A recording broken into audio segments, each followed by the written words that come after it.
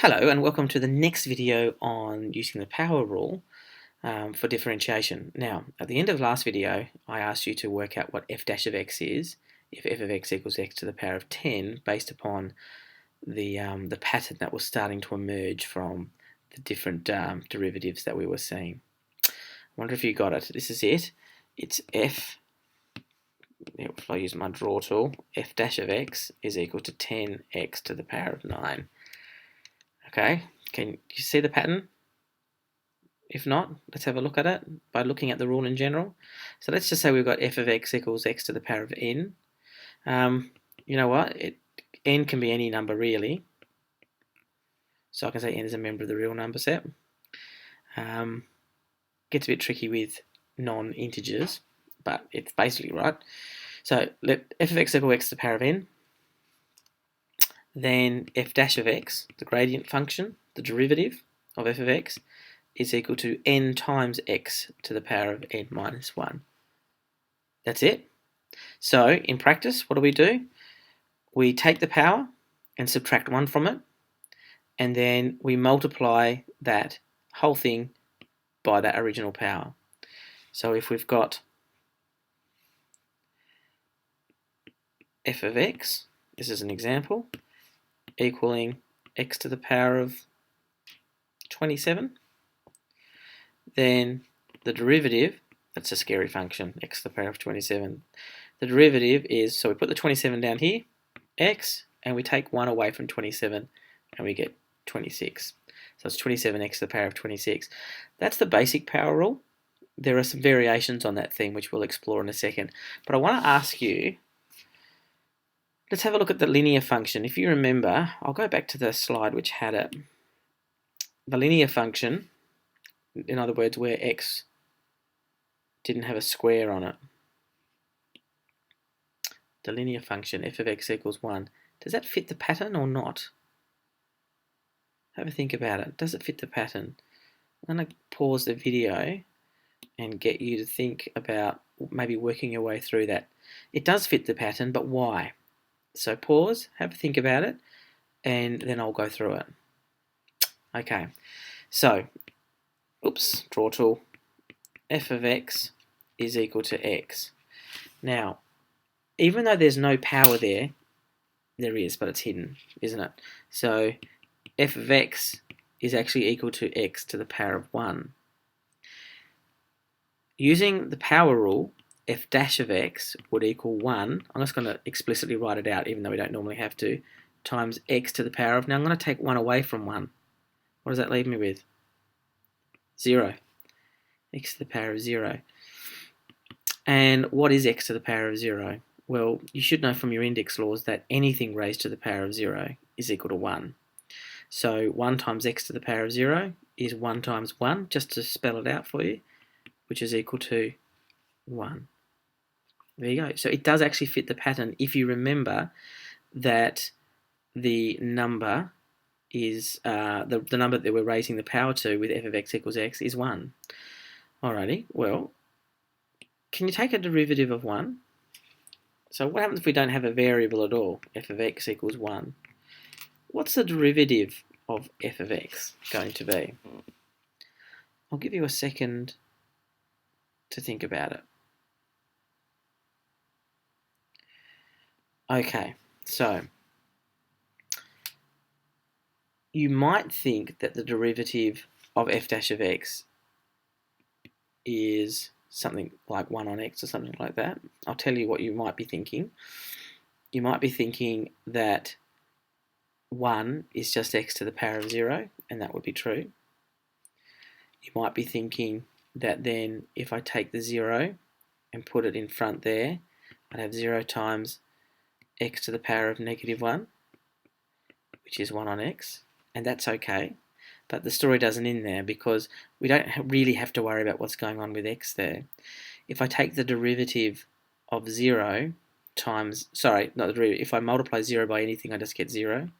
And so f dash of x is equal to 0. Okay, so we can say in general, if you think about it, this statement is going to be true. The derivative of a constant the derivative of a constant is equal to 0. Now, I've only proven it for 1. You can prove it for numbers bigger than 1, but to do that, I'm going to have to extend the power rule a little bit, and that's probably where we're going to wrap up the video.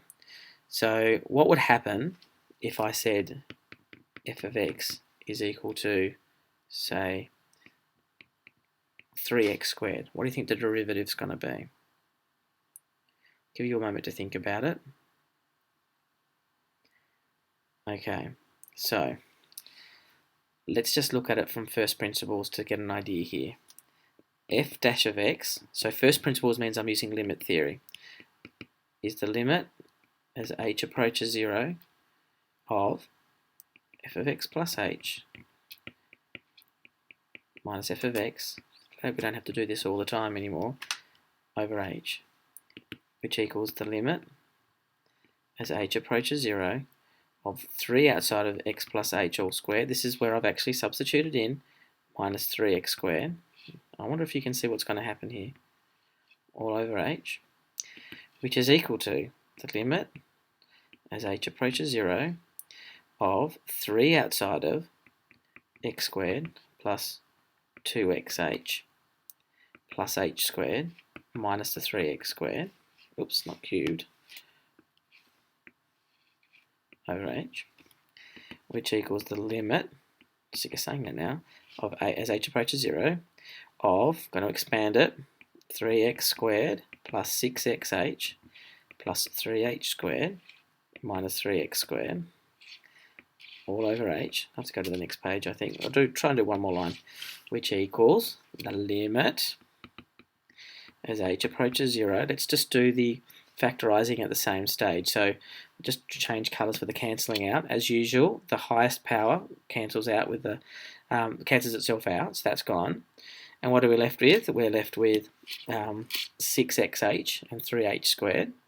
So that's got a common factor of h and a common factor of 3. So I'm going to take out 3h, and that leaves me with 2x plus h over h. Now the h's will cancel out, like so. Next page. This is full on. This is why we don't want to do it all the time. F dash of x is equal to 3 outside of 2x plus h. Sorry, I should have put the limit in there.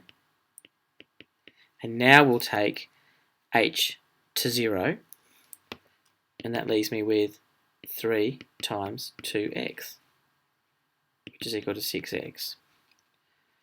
Okay, so what's the shorthand for that? So we had f of x is equal to 3x squared.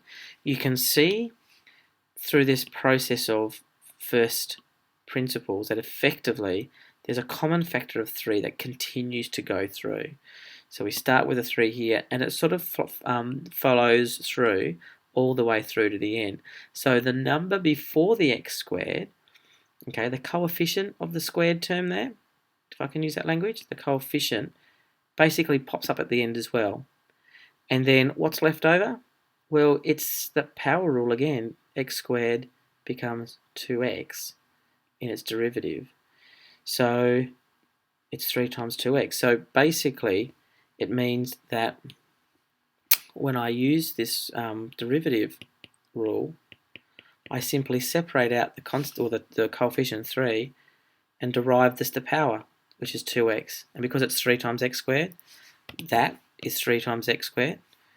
Then we've got 3 times 2x as a derivative, which is equal to 6x.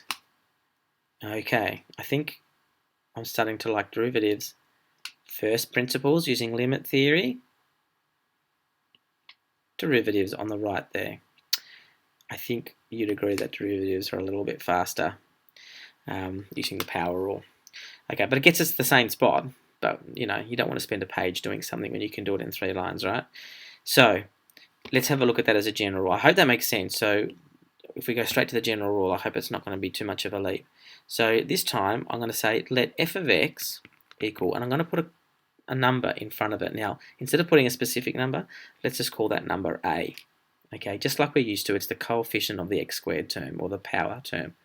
So a times x to the power of n. Now remember that this means that x is raised to the n, not ax.